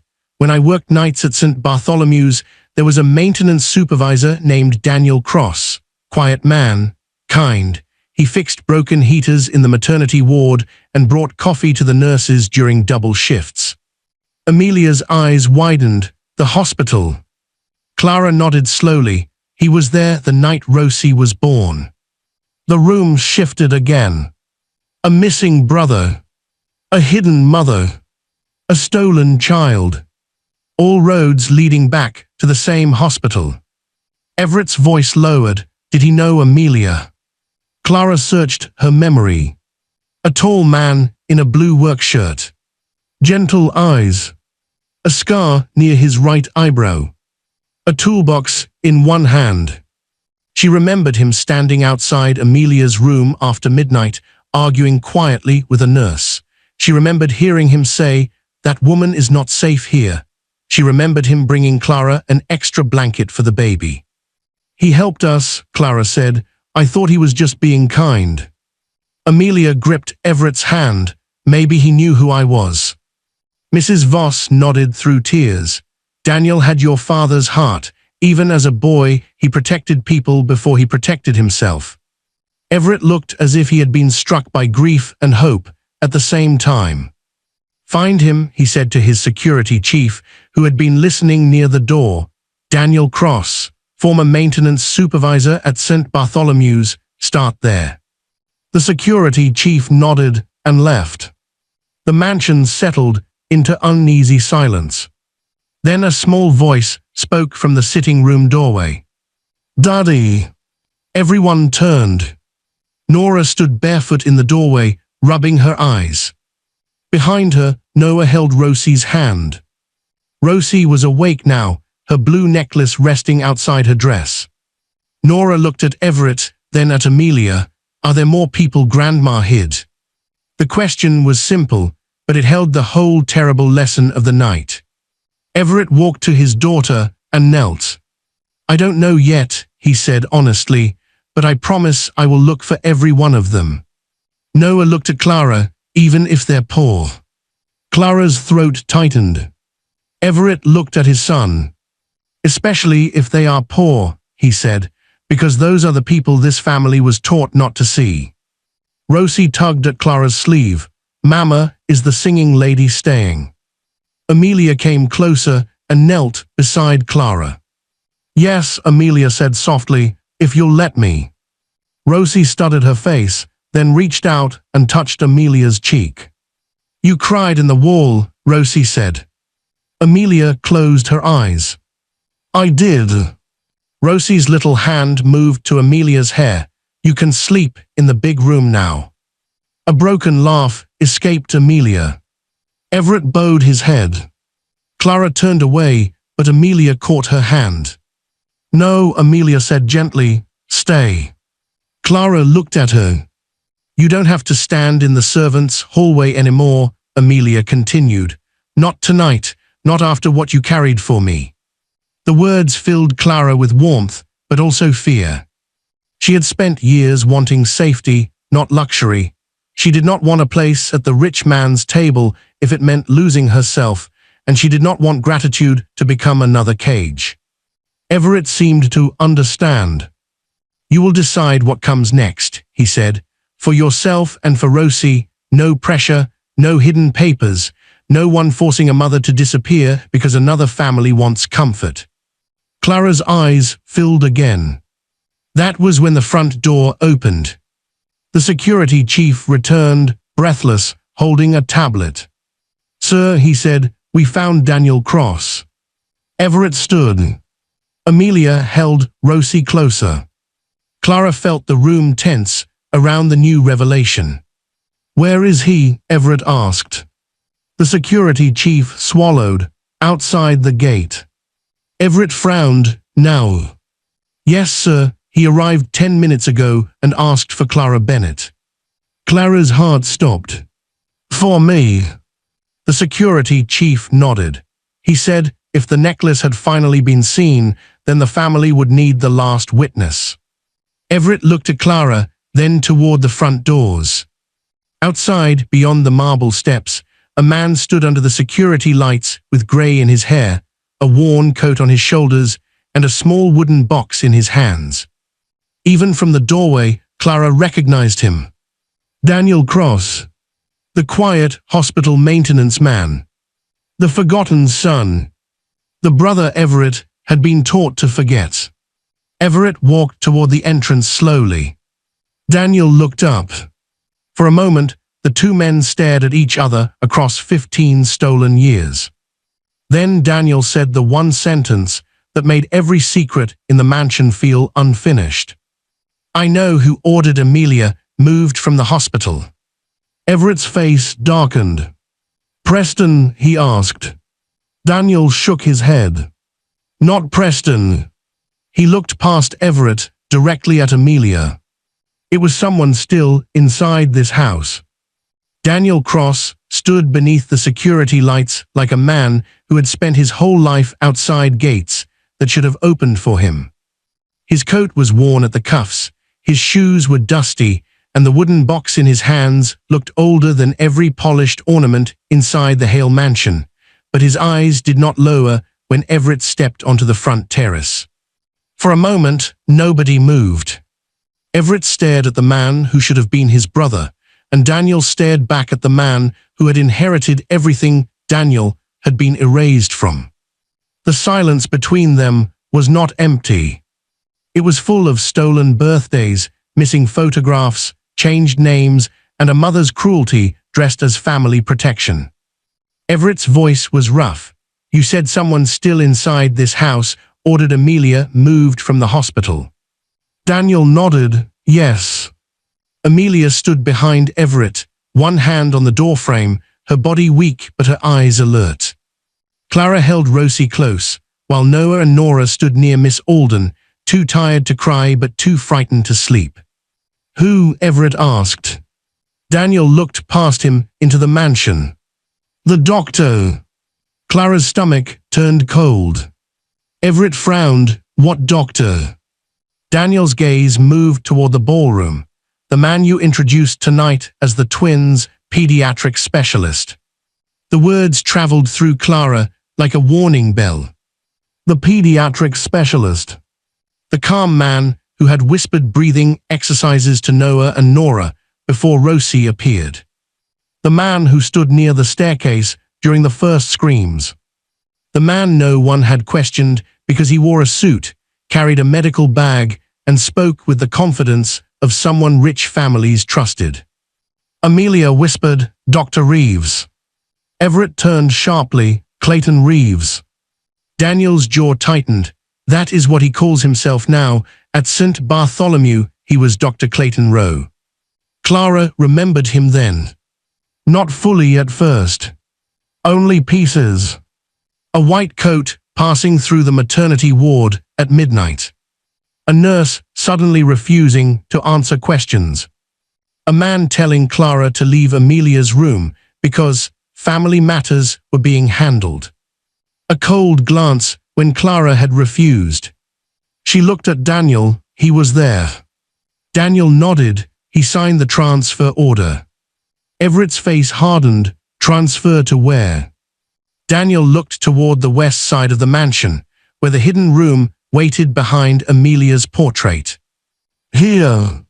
Amelia closed her eyes, as if the truth had touched a bruise that had never healed.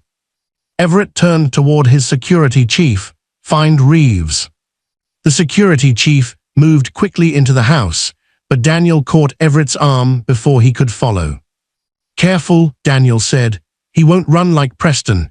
Men like Reeves survive by making themselves necessary." Everett looked down at Daniel's hand on his sleeve. Daniel released him at once, but Everett did not step away. For the first time, the billionaire and the forgotten son stood close enough to look like brothers. "What is in the box?" Everett asked. Daniel lifted it slightly. "The things your father left with me before Vivian's people took me away." Mrs. Voss, standing near the foyer, gasped softly. Daniel saw her and nodded once. "Hello, Margaret." Mrs. Voss covered her mouth, Daniel. Clara looked between them. Another piece fell into place. Mrs. Voss had known him as a child. She had helped remember him when the mansion was ordered to forget. Daniel opened the wooden box. Inside were old photographs, a small toy car, a birth certificate with the name Daniel Hale crossed out and Daniel Miller written beneath it, and a folded letter sealed with faded wax. Everett stared at the birth certificate. His throat worked, but no words came. Daniel did not hand it to him yet. "My mother died believing your father abandoned us," Daniel said. "I hated the Hale name for years because I thought he chose comfort over us. Then I found the first letter." Everett looked up. Daniel removed the folded letter but kept it in his hand. "Your father searched for me. Vivian intercepted the letters. Preston buried the payments. Reeves signed the false medical reports that made me look unstable, so no court would believe anything I said as a child." Amelia's face tightened with recognition. "That is why he helped them with me." Daniel nodded. He had done it before. From inside the mansion, a sudden shout echoed. Everyone turned. The security chief rushed back into the foyer. "Sir, Dr. Reeves is gone." Everett's voice sharpened. "Gone where?" "We found his medical bag in the library, but he is not there." Nora suddenly grabbed Miss Alden's skirt. "He said he would check on Grandma." Everett turned. "Vivian." The officer stationed near the parlor where Vivian had been held stepped forward, pale. "Sir, Mrs. Hale said she felt faint. Dr. Reeves asked to examine her before the police transport. I thought." Everett did not wait. He ran. Daniel followed. Clara handed Rosie to Amelia for one careful moment, then rushed after them before anyone could stop her. She did not know why she ran, only that poor people often survive danger by noticing what others missed, and tonight every ignored person had become important. They reached the small parlor near the east wing. The door was open. The chair where Vivian had been sitting was empty. A police officer stood outside, confused and ashamed, while the lace curtains near the side window moved in the night breeze. Everett crossed the room in 2 strides. The window latch had been forced. Vivian was gone. So was Dr. Reeves. On the table lay a single syringe from Reeves's medical bag and a folded napkin with handwriting on it. Everett picked it up. His face darkened. Daniel read over his shoulder. Clara stepped close enough to see the words. "One secret remains. Let me leave, or the children lose their mother again." Amelia appeared in the doorway with Rosie in her arms and the twins behind her. Everett turned quickly. "You should not be here." Amelia looked at the note in his hand. "I have been hidden long enough." Rosie touched Amelia's cheek. "The bad doctor smells like sharp soap." Clara froze. "What did you say?" Rosie rubbed her nose. "Sharp soap, like the little room." Daniel looked at her carefully. "What little room?" Rosie pointed toward the back of the house, where the lady cried before the wall. Amelia's breath caught. Clara crouched before Rosie. "Sweetheart, did Dr. Reeves take you somewhere before tonight?" Rosie shook her head. "Not me, the singing lady." Everyone turned to Amelia. Amelia's eyes widened as memory returned in pieces. "The conservatory," she whispered. "Before they moved me behind the portrait, they kept me somewhere with glass walls. I could smell orchids. Reeves gave me medicine there." Everett's face went cold. The conservatory had been closed for years after Vivian claimed mold had damaged the foundation. But Clara knew the servants still watered the plants once a week. She also knew the conservatory had a service exit leading to the old carriage path. "They're going through the greenhouse," Clara said. Everett looked at her. "You know the way." "Yes. Show me." They moved fast through the east corridor, past the kitchen, past the pantry, and into a narrow servants' passage that smelled of lemon polish and old brick. Daniel carried the wooden box under one arm. Everett moved ahead like a storm held inside a man. Clara stayed close, listening for footsteps.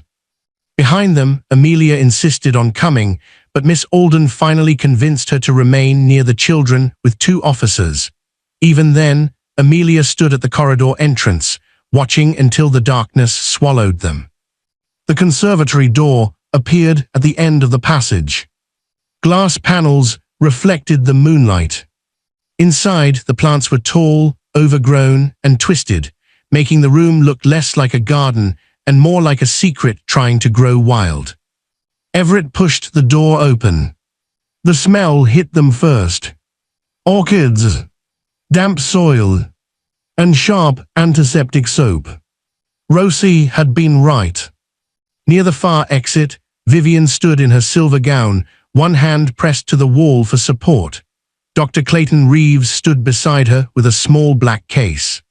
He did not look frightened when Everett entered. He looked disappointed. "Everett," Reeves said calmly, "you were always more emotional than your mother." Everett moved toward him, but Daniel stepped forward first. Reeves saw Daniel and smiled faintly. "Well," he said, "the dead boy returns." Daniel's hand tightened around the wooden box. "You made sure no one believed I was alive. I made sure a family crisis did not become a public scandal." "You drugged records, children, mothers, and courts," Daniel said. "Call it what it is." Reeves sighed. "Morality is easier for people who never had to manage powerful families." Clara stepped from behind Everett. "No, morality is hardest for people who think power makes them God." Reeves looked at her with mild irritation. "The maid who caused all this."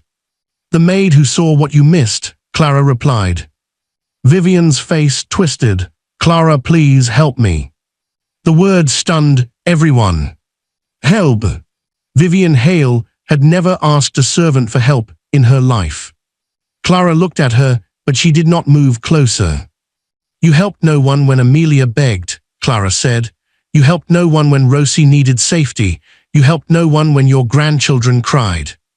Vivian's eyes filled. "I know."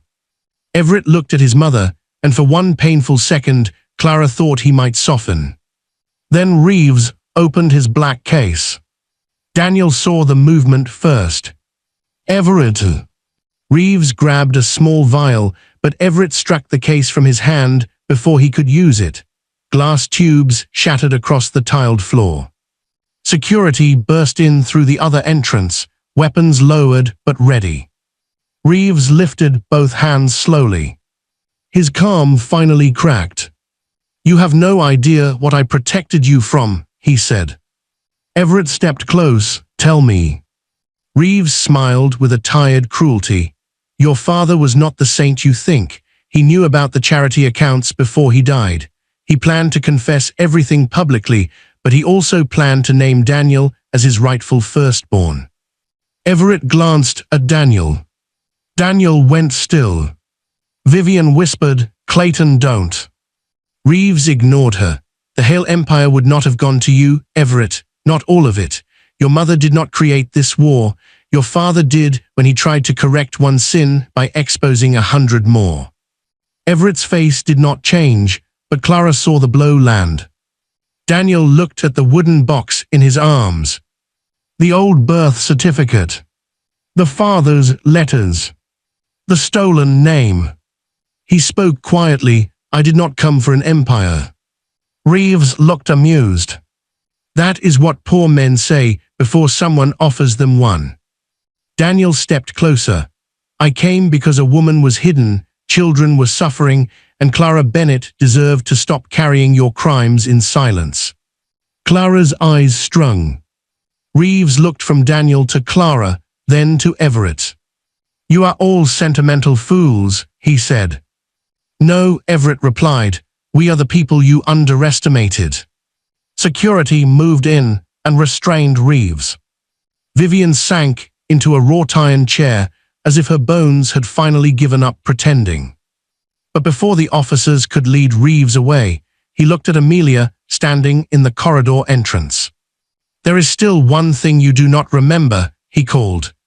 Amelia froze. Everett turned. "Enough." Reeves smiled. "Ask her why she went to the hospital alone that night." Amelia's face went pale. Clara looked at her. Everett looked at her too. Amelia's hand moved unconsciously to her heart. "I was meeting someone," she whispered. Daniel's eyes narrowed. "Who?"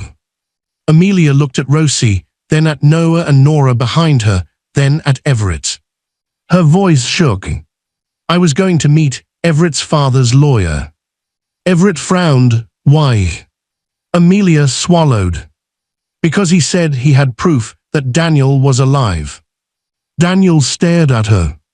Everett turned back toward Reeves, but the doctor was smiling as officers pulled him away. Then Reeves said the line that froze everyone in the conservatory. "The lawyer never made it to the hospital." Daniel's wooden box slipped from his hands and hit the floor. The lid broke open.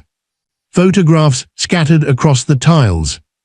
And beneath the photographs, hidden under the lining of the box, was a second birth certificate. Clara picked it up with trembling hands. This one was not Daniel. It was Everett. And the father's name had been changed. The second birth certificate trembled in Clara's hands, but it was Everett whose world seemed to split open. For one terrible moment, the conservatory held only the sound of broken glass settling on the tiles. The orchids stood around them in heavy silence, their white petals glowing beneath the emergency lights, while the old document in Clara's fingers turned every inheritance, every portrait, every family speech, and every polished lie into something unstable. Everett stepped toward her. Clara did not want to hand it to him, but truth had already punished them for hiding too long. He took the paper. His eyes moved across the lines. Name Everett James Hale. Mother Vivian Sterling Hale. Father Richard Alden Hale. But beneath Richard's name, the paper had been scraped thin, as if someone had erased a truth and written a dynasty over it. Under the light, the old indentation remained. A different name. Preston Vale. Everett did not react at first. That was what frightened Clara most. No shout. No accusation. No dramatic collapse. Just stillness. The kind of stillness that came when pain went too deep for the body to understand. Daniel picked up one of the fallen photographs from the floor. It showed two boys near the fountain, Daniel, about 6, smiling with one arm around a much smaller Everett, who was laughing with both hands full of leaves. Daniel stared at the picture. Everett stared at the certificate. Then both brothers looked at Vivian. Vivian sat in the wrought iron chair, her silver gown stained with dirt from the conservatory floor, her face stripped of the cold perfection that had once ruled the mansion. Everett's voice was quiet. "Is this true?" Vivian closed her eyes. That was answer enough. Amelia gripped the doorframe. "Everett." He lifted one hand, not to silence her cruelly, but because if anyone touched his grief too soon, he might break. "All my life," he said, looking at Vivian, "you told me the Hale name was everything." Vivian's lips trembled. "You told me I had to protect it," he continued. "You told me Daniel was a dream, Amelia was dangerous, Clara was beneath us, and poor people only wanted what we had." His hand tightened around the certificate. "But I was the lie you were protecting." Vivian shook her head. "No." Everett's eyes flashed. "No. You were my son," she whispered. "That is not what I asked." Vivian looked at Preston's name on the paper, as if it had crawled out of the past to accuse her. "Yes," she said at last, "Preston was your biological father." The words settled over the conservatory like ash. Everett stepped back. Daniel looked away, but not in triumph. There was no victory in watching another man lose the story of his life. Clara held Rosie closer, though the toddler was too tired to understand the full meaning of what had happened. Noah and Nora stood near Amelia, their small faces frightened by the pain in the adults around them. Everett turned toward the hallway where officers had taken Preston away. Did he know? Vivian gave a broken laugh. He never let me forget. Amelia's eyes sharpened. That is how he controlled you. Vivian looked at her with old resentment, but the fire was weak now. You always thought you understood everything. No, Amelia said. I only understood fear when I saw it. Vivian's face twisted. For the first time, Clara saw that beneath Vivian's cruelty was not strength. It was panic that had learned to wear diamonds. Vivian clasped her trembling hands together. I was young when I met Richard. My family was ruined. Preston was ambitious, charming, and already close to the Hale business. I made one mistake before the wedding, and when I discovered I was pregnant, Preston said Richard would never marry me if he knew. Everett's jaw tightened, but he said nothing. Richard loved me, Vivian whispered. Or I thought he did. He married me quickly, and when you were born, everyone celebrated the Hale heir. I told myself blood did not matter because Richard raised you. Daniel's voice cut in, low and steady, but blood mattered when it came to me. Vivian looked at him.